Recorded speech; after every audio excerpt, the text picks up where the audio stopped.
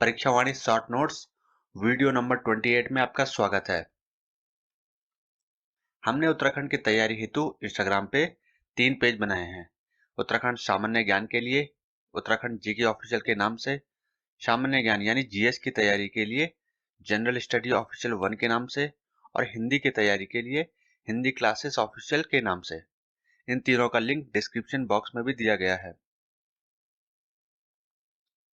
इसमें कराए जा रहे सभी प्रश्न और सभी तथ्य परीक्षावाणी की जो 13वां संस्करण है वर्ष 2022 की पुस्तक से कराए जा रहे हैं। यदि पुस्तक में कोई त्रुटि है तो उसके लिए उत्तराखंड जीके ऑफिशियल जिम्मेदार नहीं है, बल्कि ऐसे प्रश्नों को आप अलग से नोट कर लीजिए और इनके आंसर आप अलग से लिख लीजिए। अभी हम परीक्षावाणी का जो अध्याय 3 है, एक ऐतिहासिक अध्ययन, इसको पढ़ रहे हैं। हमने आपको बताया था कि जो इतिहास है यानी उत्तराखंड का इतिहास, इसको हम 3 पार्ट में डिवाइड करके पढ़ेंगे। प्रागैतिहासिक काल, आद्य ऐतिहासिक काल और ऐतिहासिक काल। इनमें से पहले जो 2 काल है, प्रागैतिहासिक काल और आद्य ऐतिहासिक काल, इसको हम पढ़ चुके हैं। अभी हम ऐतिहासिक काल में हैं। ऐतिहासिक काल को भी 3 पार्ट में डिवाइड करके पढ़ा जाएगा। प्राचीन काल, मध्यकाल और आधुनिक काल। प्राचीन काल हम कंप्लीट कर चुके हैं। अभी हम हैं मध्यकाल में। तो अब हम आगे बढ़ते हैं।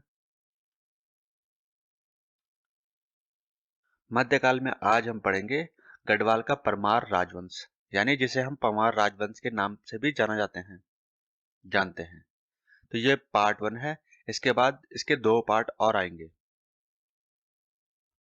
जो कनकपाल था ये गुर्जर प्रदेश से आया था। राजा सोनपाल ने अपनी पुत्री का विवाह कनकपाल से करवाया और इसी कनकपाल ने परमार वंश की यानी परमार जो राजवंश है इसी की नींव रखी 688 ईस्वी में चांदपुरगढ़ चमोली में। तो अगर आपसे प्रश्न पूछा जाएगा कि परमार राजवंश की स्थापना किसने की या इसका संस्थापक कौन था, तो आपका जवाब होगा कनकपाल, चांदपुरगढ़ चमोली में। 688 से अगस्त 1949 तक पंवार वंश में कुल 60 राजा हुए। सन 1358 ईस्वी में राजा अजयपाल ने अपनी राजधानी चांदपुर गढ़ी से हटाकर श्रीनगर गढ़वाल में स्थापित की। श्रीनगर गढ़वाल पौड़ी गढ़वाल जिले के अंतर्गत आता है। श्रीनगर गढ़वाल ये वही शहर है जहां पर कमलेश्वर महादेव का मंदिर है। इस मंदिर में बैकुंठ चतुर्दशी का मेला लगता है। और जो श्रीनगर गढ़वाल है ये अलकनंदा नदी के तट पर स्थित है। श्रीनगर से 15 किलोमीटर दूर एक मंदिर है, धारी देवी का मंदिर, ये भी आपको याद रखना है।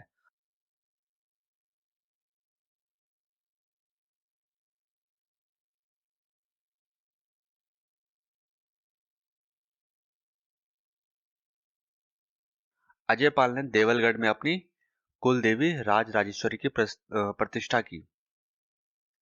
पवार वंश के 42वें राजा सहजपाल थे। जो राजा सहजपाल थे ये मुगल राजा अकबर के समकालीन थे। सहजपाल के बाद बलभद्र शाह शासक बने।